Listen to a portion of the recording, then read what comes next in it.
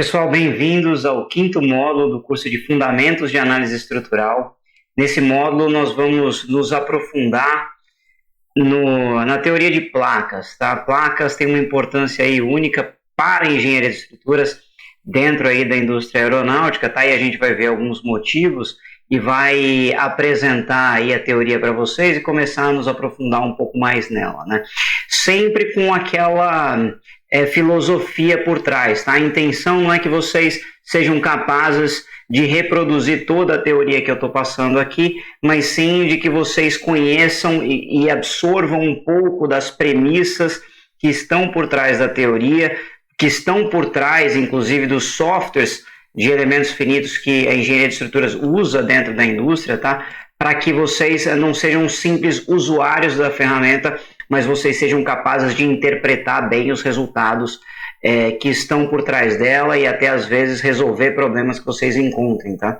Isso é comum, muitas vezes a gente passa aí por resultados que parecem não fazer muito sentido, então a gente precisa ter o conhecimento para avaliar criticamente se o resultado numérico que nós estamos encontrando é real ou se ele é simplesmente um erro aí da nossa simulação, tá certo? Bom, então, como eu estava dizendo, a gente vai falar aí sobre teoria de placas, quase nada sobre cascas, principalmente sobre placas, tá? Eu falo, inclusive, depois um pouco mais sobre a diferença entre o que a gente chama de placa e o que a gente chama de casca, tá certo? E então, a gente, dentro deste curso, a gente fala aí sobre placas, tá ok? Então, assim que eu conseguir apresentar para vocês aqui o módulo, eu já...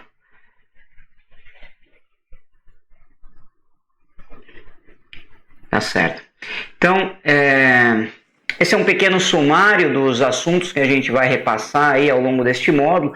A gente vai falar da aplicação da teoria de placas, né, por que ela é relevante aí para o engenheiro de estruturas. A gente vai falar de placas em flexão, placas em torção, o método de energia para placas. A gente viu o método de energia lá atrás em um dos módulos. A gente fez aí uma correlação também com a teoria de vigas. A gente vai fazer essa correlação com os elementos de placa. E eu gosto de fazer isso porque muitas vezes, se você for olhar o manual dos softwares de elementos finitos, eles repassam por essa teoria. Na verdade, não que eles repassam por essa teoria, mas eles usam a teoria para demonstrar uma série de aspectos aí da ferramenta. Então é importante você saber interpretar os manuais que estão por aí, tá certo? E depois a gente faz alguns exemplos aí para diferentes tipos de carregamento, tá certo? Onde nós temos as placas aplicadas. Bom, vocês repararam que a gente gradualmente está aumentando aí a sofisticação da teoria e gradualmente nós estamos aumentando a complexidade da análise. Vocês vão perceber que isso vai acontecer também aqui para este módulo de teoria de placas, tá certo? Bom, então quais são as aplicações aí que existem para a gente, né? Por que placa é tão importante para o engenheiro de estruturas na indústria aeronáutica? Bom, tudo que vocês veem, né, nessa imagem, por exemplo, podem ser representados como placas, tá certo? E o que a gente está vendo aí para começar? Bom, nós estamos vendo nervuras de uma asa do A350. O que são as nervuras? São esses elementos aqui, ó, esses elementos estruturais que eu estou contornando agora. Tá certo? São elementos que dão forma à asa, tá certo? Esses caras, eles estão sendo montados entre duas longarinas. O que são essas longarinas? São esses elementos aqui, ó, que correm ao longo da envergadura da asa, tá? A asa está indo para essa direção aqui, ó, da raiz para a ponta, tá certo? Então, as nervuras, elas são esses elementos que dão forma à asa. E essas nervuras, elas podem ser representadas como placas muitas vezes. Elas inteiras como placa ou trechos dela. Tá? Se você reparar aqui, ó, tem uma série de elementos reforçadores que dividem esta nervura em pequenos quadrados, né, ou pequenos retângulos aí, tá certo? Esses pequenos retângulos que a gente percebe, cada um deles pode ser imaginado como uma placa, uma pequena placa, tá certo? Então, tanto faz, às vezes você precisa fazer uma simplificação da nervura como um todo, como sendo uma placa, ou às vezes de trechos dela como sendo placa, tá certo?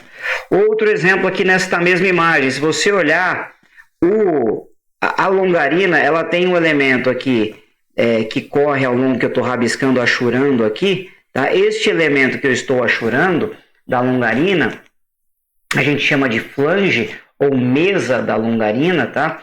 E este cara pode ser também considerado como uma placa, uma pequena placa infinitamente comprida, tá certo?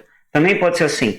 Essa longarina, tá? Ela tem a seção transversal que também parece um C, tá? A longarina traseira aí do Airbus do A350 também parece um C. E aí você tem a alma. A alma é onde as nervuras estão sendo conectadas.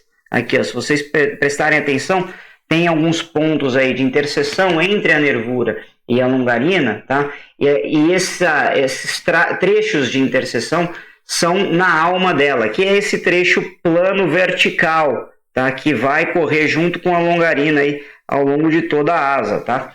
Esse trecho vertical chamado de alma também pode ser considerado uma placa, tá? Então, a aplicação dessa teoria que a gente vai ver agora, ela é bastante extensa, tá? E bastante importante para a engenharia de estruturas, tá ok? Então, é por isso que a gente...